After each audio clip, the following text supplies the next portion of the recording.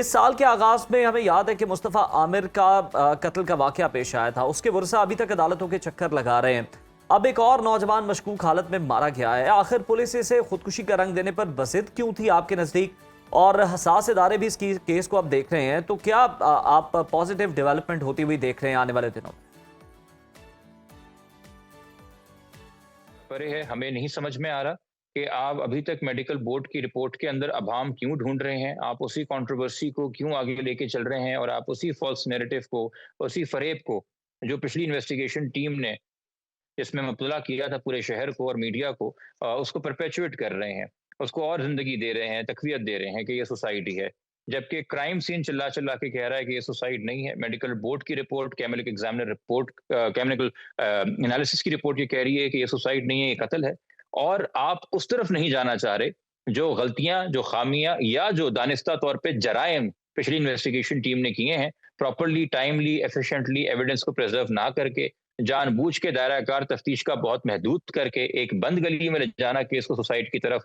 और अगर उस वजह से अब आपको कोई मुश्किलात पेश आ रही है, तो बजाय इसके कि आपका खुलासा आवाम के सामने करें, आप सेल्फ अकाउंटेबिलिटी के अमल से गुजारें सिंध पुलिस को, और आप अपने अफसरों को सस्पेंड करें और उनको निशान इबरत बनाएं। आप सारा का सारा मलबा जो है उस नौजवान पर डालना चाह रहे हैं कि नहीं जी उसी का कसूर था, उसने खुदकुशी कर ली। बिल्कुल बिल्कुल, इन्हें निशाने इबरत बनाना चाहिए। अच्छा, स्मार्ट वॉच या मोबाइल डेटा और जियो फेंसिंग से क्या मालूमात मिल सकी हैं, और क्या डिवाइसेस के क्लाउड डेटा से आखिरी मिनट्स की जो सरगर्मियां होती हैं उनका पता चल सका? ये केस शुरू में जिस तरह से हम देख रहे थे पुलिस की तरफ से हैंडल किया गया, आपको उम्मीद है कि किसी भी सूरत इंसाफ हो सकेगा, इंसाफ मिल सकेगा? उन डिवाइसेस को अभी तक हमारी नॉलेज के मुताबिक अनलॉक नहीं किया गया है। हमने इनको सारी तफसीलात दे दी थी, एप्पल को कैसे कॉन्टैक्ट करना है, मेटा को कैसे कॉन्टैक्ट करना है। अब वो आगे खत भेजना या अदालत से रब्ता करना, उसके लिए वो काम है हुक्काम का, वो लॉ इन्फोर्समेंट एजेंसीज को इख्तियार है इस मामले के अंदर लिखने का इन कंपनीज को, जिनको फिर वो ताउन करते हैं। और मगर जो उसका इंटरनेट प्रोटोकॉल डेटा है, उससे जो बात सामने आई है वो ये है कि वो आखिरी लम्हात तक सोशल मीडिया पे बेशक बाकी ऐप्स पे एक्टिव ना हो, वो एप्पल का जो इनबिल्ट मैसेजिंग सॉफ्टवेयर है आई मैसेज, उस पर किसी से राब्ते पे था, और उसको बाकायदा एक जगह की लोकेशन भी आई थी जिसको उसने क्लिक किया था, तो यकीनी तौर पे वो जिससे बात कर रहा था उसी के पास जा रहा था, और वहीं से शायद हमें कोई ट्रेस, कुछ शवाहिद मिल जाए। या जिन लोगों ने इसके आई क्लाउड अकाउंट के अंदर लॉग इन किया इसके इंतकाल के, इसकी शहादत के 3 दिन बाद 31 तारीख को, उनको अगर सुराख लगा लिया जाए, या जिन्होंने लॉग इन क्रेडेंशियल्स चेंज कर दिए हैं कि अब जो ईमेल एसोसिएटेड है इसके आई क्लाउड के साथ, या जो फोन नंबर एसोसिएटेड है इसके आई क्लाउड के साथ, वो रिकॉर्ड बता रहा है कि वो रजा का अपना नहीं है, तो जिसका है उससे सवाल करें तो शायद कुछ चीजें सामने आ जाएं। मगर मुझे नहीं पता क्यों नहीं हो रहा ये। बिल्कुल, आपने बहुत सारी मालूमात जो हैं वो फराम की है इदारों को और कॉपरेट किया। जबरान साहब, अब मीर रजा के बिजनेस पार्टनर की तरफ से जमानत की तलात भी आ रही हैं। पहली पोस्टमार्टम रिपोर्ट को देखें तो संगीन गलतियां जिसमें की गई थी, और जो उसका जिम्मेदार था एमएलओ डॉक्टर उसामा, 25 दिन बाद उससे तफ्तीश की गई, शामिल तफ्तीश उसे किया गया। 13 में से 9 अहम फॉरेंसिक नमूने जो हैं वो ज़ाया होने का भी इंकशाफ हुआ है। तो इस मुजरिमाना गफलत का बराह रास्त आप किसको जिम्मेदार ठहराते हैं? अगर कोई फोरेंसिक नमूना ज़ाया हुआ है तो एग्जीबिशन के अंदर पूरी बॉडी अपनी असली हालत में तो नहीं होती ना। जब आप 10-11वें दिन जो काम पहले दिन कर लेना चाहिए था, चूंकि जो खत था ये तकरीबन 7 तारीख को एग्जीबिशन हुई है, 8 तारीख को जो खत था वो 3 तारीख को लिखा गया पुलिस सर्जन की जानिब से पुलिस को कि एग्जीबिशन कर ले, तो ये 4 तारीख को भी हो सकती थी, ये ताखीर क्यों हुई? जो सैंपल सील किए गए थे पहले पोस्टमार्टम के बाद 29 तारीख को, वो पुलिस ने लैब के अंदर 6 तारीख को क्यों दिए? क्या उनके भी ज़ाया होने का इंतजार कर रहे थे? अल्लाह का शुक्र है कि वो ज़ाया नहीं हुई जी, और उनसे हमें सबूत हासिल होने में मदद मिल गई। और एमएलओ साहब की गलती बिल्कुल थी कि उन्होंने ये अपनी तजिये में लिखा कि उनकी नज़र में गोली सामने से दाखिल हुई है, पीछे से दाखिल नहीं हुई। मगर इसकी ये तशरीह करना कि मरने वाले ने खुदकुशी की, ये कंप्लीटली टोटली 100% पुलिस की अपनी थ्योरी थी, जो आज तक है, जिसपे वो कायम है, पूरे क्राइम सीन को और सराउंडिंग सर्कमस्टांसेस को इग्नोर करके। और बस जो मरूम है, जो मकतूल है, जो शहीद है, उसके कैरेक्टर के अंदर कोई ना कोई खामी ढूंढ रहे हैं, उसके अहद में, उसकी जीने की उमंग में कोई खामी, कमजोरी ढूंढ रहे हैं कि शायद वो नहीं जीना चाहता था, उसके ऊपर बड़ा प्रेशर था, उसके ऊपर बड़ा कोई किसी किस्म के मसाइल थे जिसने फैसला किया। वो अपने निज़ाम के अंदर नहीं देख रहे कि कहाँ से दबाव है आज तक, और कहाँ गलतियां हुई हैं, और कहाँ जराइम हुए हैं सबूत मिटाने के लिए, और किसको छुपाया जा रहा है और क्यों छुपाया जा रहा है। और अपनी साख बहाल करने के लिए ये सोचा जा रहा है कि अगर हम इसको कंफर्म कर दें मीडिया को और ये बना के पेश कर दें कि जी स्टोरी कि ये सुसाइड है, तो पिछली वाली टीम का भी जो है कट्टा चिट्टा साफ हो जाएगा और हम भी अपने एक मौकफ पे खड़े होकर कोई कंक्लूजन दे देंगे। मगर अगर हमने सेल्फ अकाउंटेबिलिटी कर दी, तस्लीम कर ली कि क्या गलती और जराइम हुए हैं और अपने लोगों का एहतसाब कर लिया, तो साख बहाल नहीं होगी। तो मेरे ख्याल में ये सोचना इनका बहुत गलत है। आप शायद अब एतमाद बहाल करेंगे अवाम का कि जी सेल्फ अकाउंटेबिलिटी पुलिस में है, हुकूमत में है, ये अपनी गलतियों का जो है जायजा ले सकते हैं और उसके ऊपर कार्रवाई कर सकते हैं और बेहतर सिमत के अंदर चीजों को लेके जा सकते हैं। मगर अभी तक ऐसा दुरुस्त होता नजर फरमाया नहीं आ आपने कि अगर इंसाफ करेंगे और इंसाफ होगा तो ही इनकी साख भी बहाल होगी और आवाम का एतमाद भी बहाल होगा। अच्छा, अगर हम तफ्तीश के हवाले से देख लें, लाश मिलने से ठीक एक दिन पहले मीर रज़ा के तमाम सोशल मीडिया अकाउंट्स बंद हुए। आपको क्या खदशा है कि कातिल को पासवर्ड तक रसाई थी या क्या था? ये मीर रज़ा का अपना फैसला था, डिसीजन क्या था? ये वो क्यों लेना चाह रहे थे ऐसा डिसीजन? बिल्कुल, जो आखिरी लम्हात पे वो गायब हुआ है 4:30 बजे, उससे 1.5-2 घंटे पहले से उसके फ़ोन के ऊपर से ऐप्स डिलीट होना शुरू हो गई और वो अपने बाकी तमाम दोस्तों से जो है वो रसाई नहीं कर पा रहा था और सिर्फ आई मैसेज पे ही राब्ता कर पा रहा था, जिससे भी वो राब्ता कर रहा था।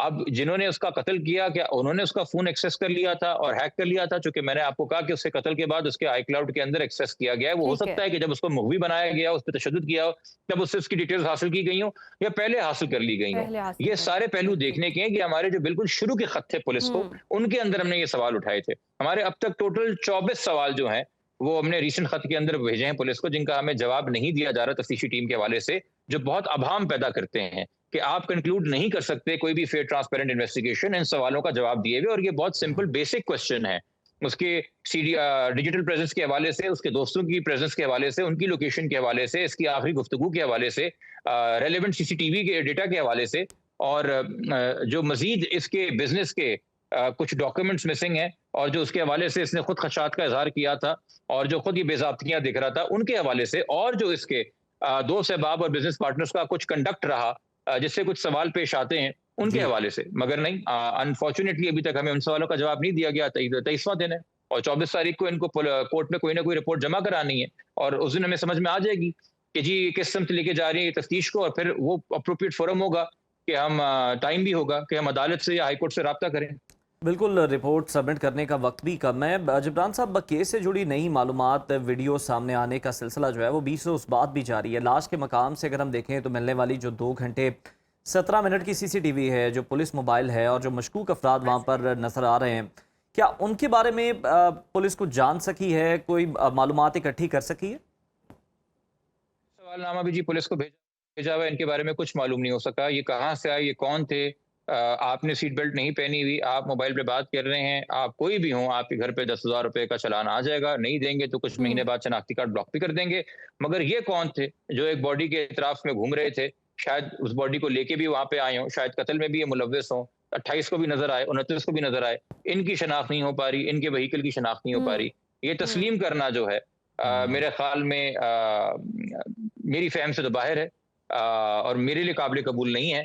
मगर इसरार कर रही है पुलिस की, निजी आप मान लीजिए, तस्लीम कर लीजिए। बिल्कुल बिल्कुल, जब मौजूद हैं तो फिर किसी के लिए भी ये चीज़ जो है वो काबिल कबूल नहीं है और शवाहिद जो हैं उनकी तफ्तीश भी होनी चाहिए। हर चीज़ मौजूद है जब तो पुलिस इस मामले को कोई और रंग दे रही है, जो कि गलत चीज़ है। अच्छा, मीर रज़ा के दोनों हाथों पर मिलने वाले गन शॉट रेजिड्यू से क्या जाहिर होता है कि उन्होंने आखिरी वक्त में अपना दिफा करने की कोशिश की? मकतूल के अहले खाना से आपको क्या अहम मालूमात मिल सकी हैं जो केस को आगे पहुँचा सकती हैं, मंतकी अंजाम तक पहुंचा सकती हैं? चीजें या तो आखिरी वक्त तक अपना दिफा करने की इन्होंने कोशिश की और इस वजह से शायद फायर हुआ, या जिन्होंने कत्ल किया उन्होंने सुसाइड का नैरेटिव बनाना होगा, क्योंकि डे 1 जो है ये पुलिस के अंदर भी मुंतकिल हो गया नैरेटिव, तो शायद ये तब से ही सिलसिला चल रहा था। तो उन्होंने जो है इसको जब मुखवी बनाया या इस पर टॉर्चर किया या इसको कत्ल करने के बाद इसके हाथ में बंदूक रख के फायर किया। जो एक बात क्लियर है और वाज़ेह है वो ये कि इंसान जो है वो दोनों हाथ इस्तेमाल करके अपने आप को तो पीठ के अंदर गोली नहीं मार सकता। मगर शायद पुलिस इस बात पे भी कल को इसरार करे। वो तो इस बात पे भी इसरार कर रहे हैं कि गन शॉट रेसिड्यू शर्ट की पिछली साइड पे शायद इसलिए ज्यादा आया हो क्योंकि जब शर्ट दी गई हो पोस्टमार्टम के बाद तो वो तय करके दी गई हो, तो फ्रंट का रेसिड्यू बैक पे लग गया हो। इस मंतक के साथ मेरे ख्याल में कोई संजीदा तफ्तीश नहीं हो सकती। कोई संजीदा पेशरफ्त नहीं हो सकती इस तरह से। तो जबरान साहब, आपने तो वज़ीर आला सिंध को ख़त लिखकर DIG ईस्ट और SSP समेत जिन अफसरान की मअतली का मुतालबा किया, क्या उस पर वज़ीर आला ऑफिस की जानिब से कोई कार्रवाई अमल में लाई गई है? में कोई नहीं कार्रवाई आई, कोई प्रोग्रेस नहीं आई इस हवाले से कि क्या फैसला किया गया है।